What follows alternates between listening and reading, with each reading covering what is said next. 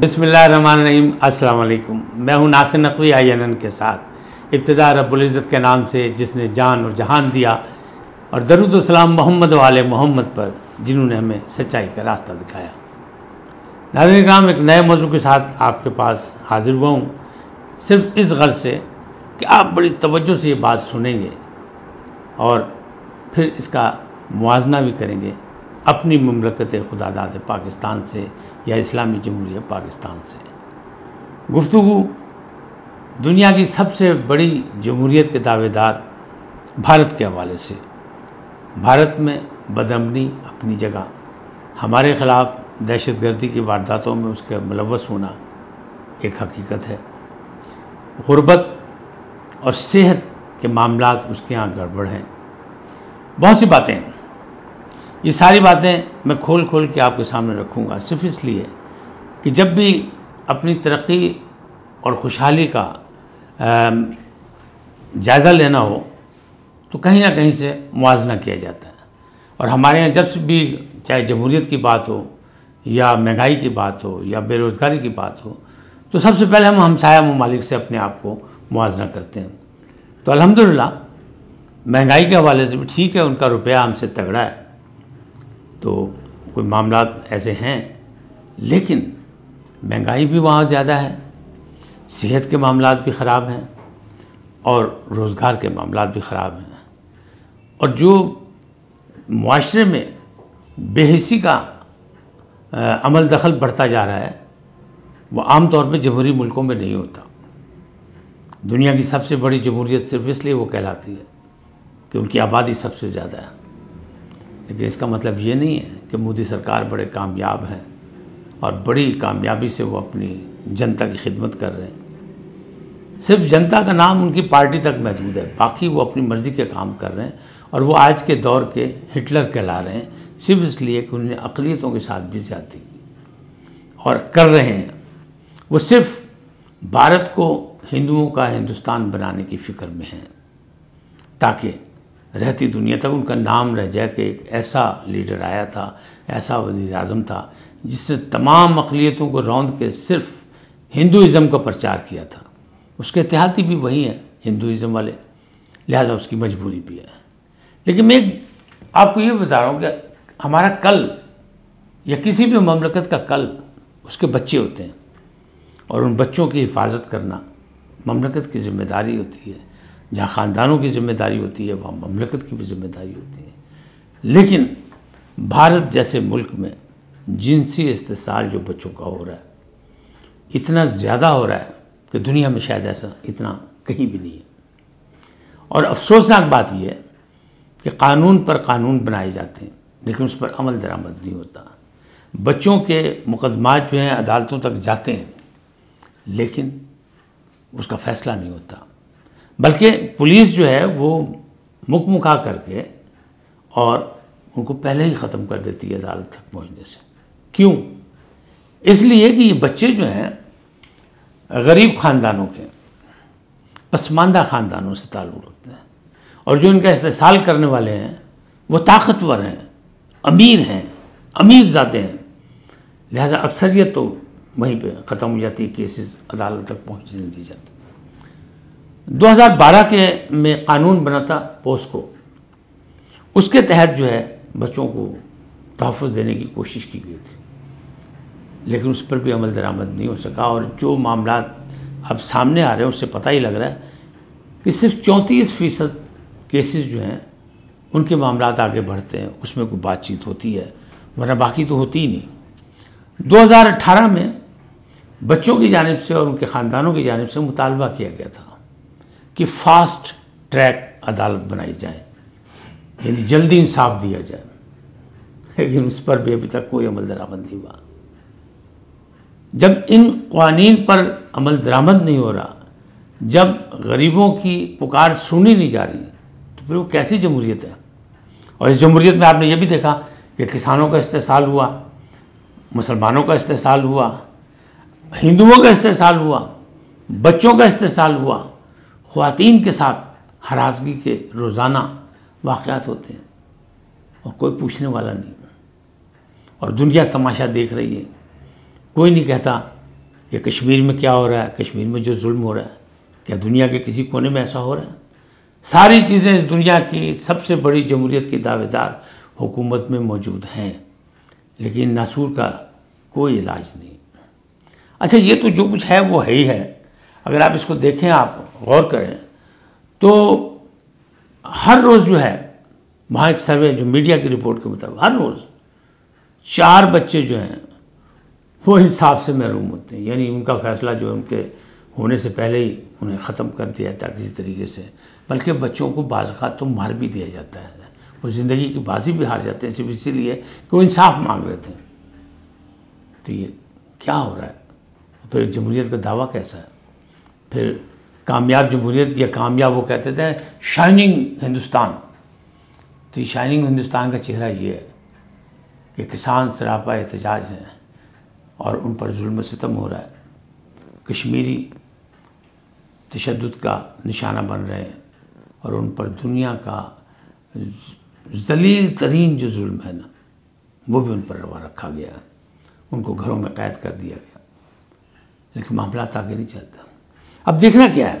دیکھنا یہ ہے کہ یہ سب کچھ ہو رہا ہے تو پھر باقی کیا ہے؟ باقی لوگوں سے اس کے تعلقات کیسے جا رہے ہیں؟ امریکہ بہادر نے پھر تھوڑی سی ان کی حمایت کی ہے، کیونکہ وہ امریکہ صاحب جو ہیں وہ چاہے جو بٹن ہوں، ٹرمپ تھے، وہ ان کا مطلب صرف یہ کہ خطے میں اس کو چوکیدار بنا دیا جائے، اسے ٹھیکیدار بنا دیا جائے، اسے بڑا پہلوان بنا دیا جائے، اور یہاں جو چین کی جو طاقت ہے اس کو کم کیا جا سکے، یعنی چین سے لڑا جا سکے۔ لیکن کیا بھارتی تو خود کہہ رہے ہیں کہ ایسا ممکن ہے نہیں ہے۔ ہم بھی یہی کرتے ہیں، کہاں چین کہاں بھارت۔ پاکستان اپنا کردار ادا کر رہا ہے کہ تمام ہمسایہ ممالک سے اچھے تعلقات رکھنا چاہتا ہے، امن اور خوشحالی کے لیے پورے خطے کی ترقی چاہتا ہے۔ پاکستان کے ایسے کوئی معاملات نہیں ہیں، لیکن بھارت کے تعلقات آپ یہ دیکھیں کہ اس کا بڑا عزیز دوست تھا ایران۔ ایران ایک دھماکہ ہوا اسرائیلی سفارت خانے کے باہر، یعنی سفارت خانے کے باہر ایک ملازم کے گھر کے پاس، تو کیا ہوا؟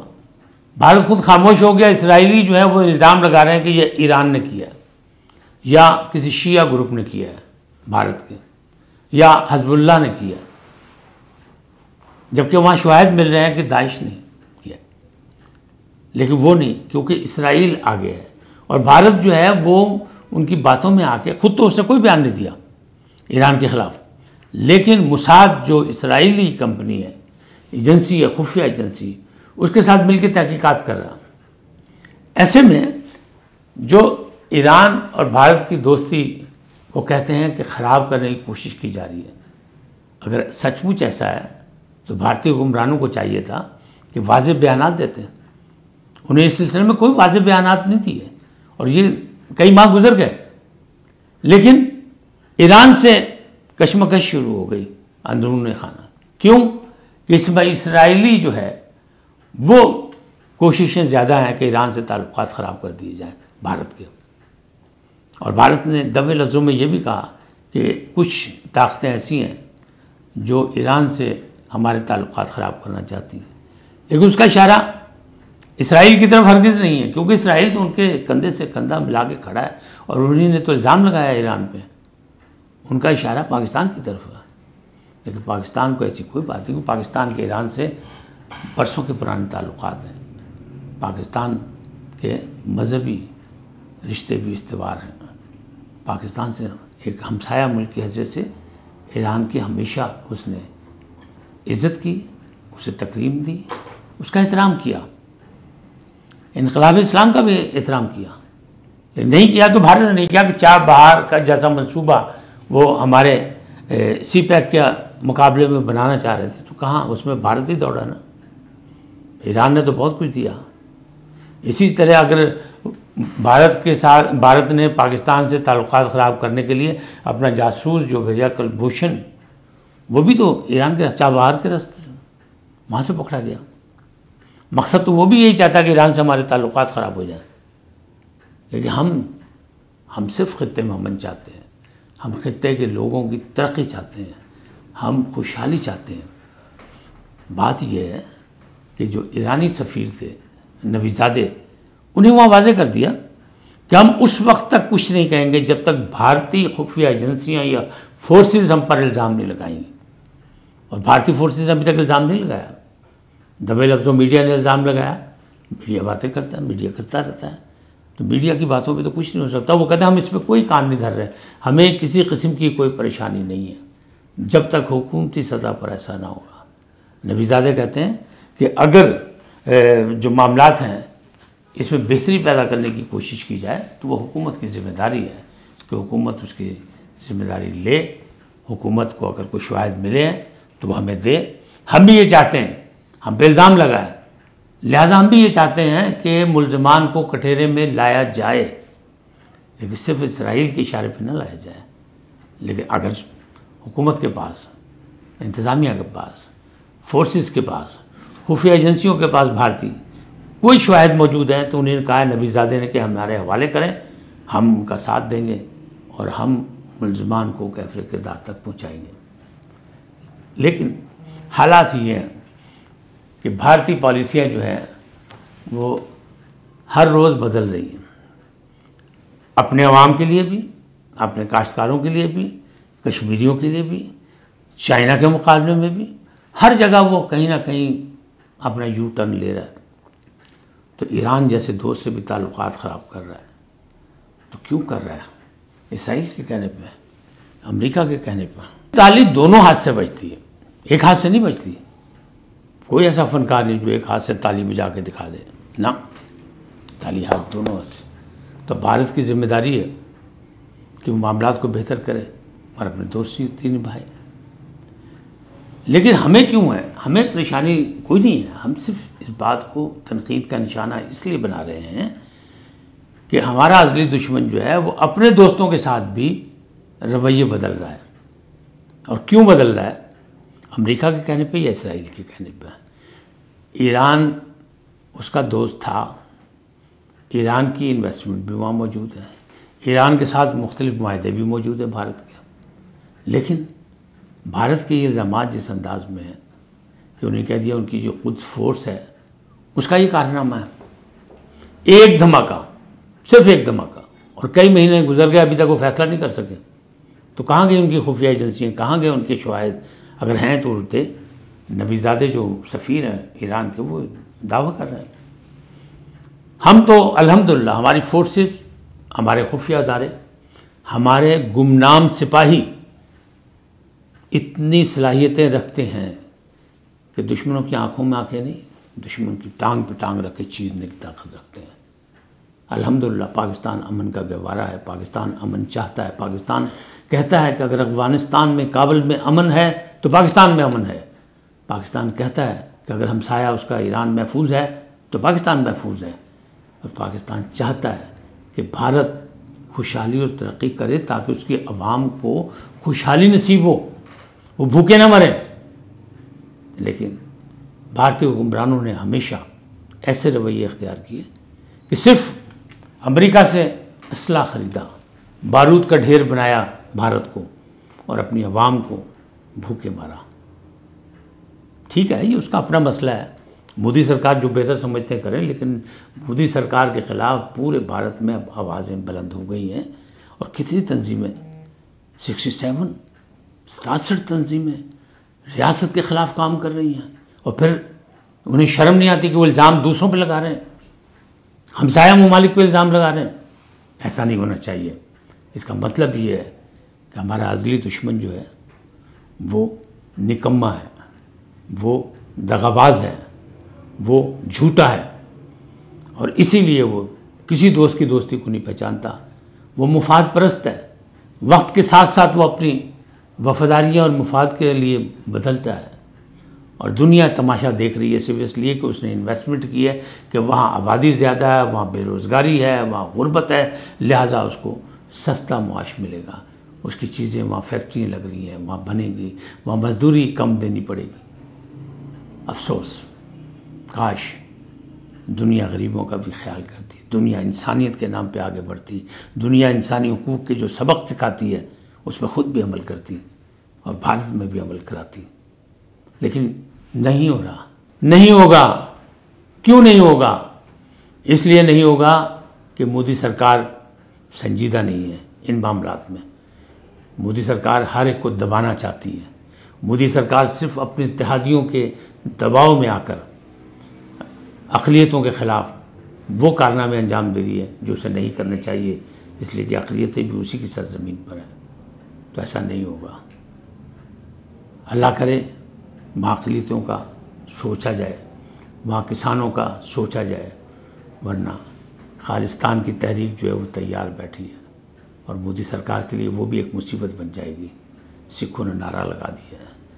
اب آپ سوچیں، پاکستان کہتا ہے سکھوں کو کہ پاکستان زندہ باد کے نعرے لگاؤ، پاکستان کا جھنڈا لہراؤ. کشمیر میں ریلی ہو تو پاکستان کا جھنڈا لہرایا جاتا ہے. یہ کسانوں کی ریلی ہے تو پاکستان کا جھنڈا لہرایا جاتا ہے. اس لیے کہ دنیا جانتی ہے کہ پاکستان امن پسند ہے، پاکستان میں سکون ہے، پاکستان میں اقلیتوں کو حقوق حاصل ہے، پاکستان میں خواتین کی حرمت ہے، پاکستان میں بچوں کا خیال رکھا جاتا ہے. اکا دکا واقعات ہو جاتے ہیں، وہ ساری دنیا میں ہوتے ہیں، ترقی یافتہ ممالک میں بھی ہوئے ہیں، اس سے انکار نہیں ہے. لیکن جو قانون کی خلاف ورزی بھارتی سرزمین پر ہو رہی ہے، جو آئین کی تذلیل ہو رہی ہے، جو انسانیت کی حرمت کو پامال کیا جا رہا ہے، وہ دنیا کے کسی خطے میں نہیں کیا جا رہا. آج اتنا ہی. پھر ملیں گے ایک نئے عنوان کے ساتھ، نئے موضوع کے ساتھ. مقصد صرف یہی ہے، آگاہی مقصد ہے، اس سے زیادہ کچھ نہیں. ہمارے چینل کو آپ سبسکرائب کریں، سلامت رہیں، کمنٹس دیں تاکہ ہمیں بھی آگاہی ہو کہ آپ نے ان چیزوں سے کیا اخذ کیا اور کیا مثبت نتائج نکلے، کیا منفی نتائج نکلے. خوش رہیں، لوگوں کے لیے آسانیاں پیدا کریں.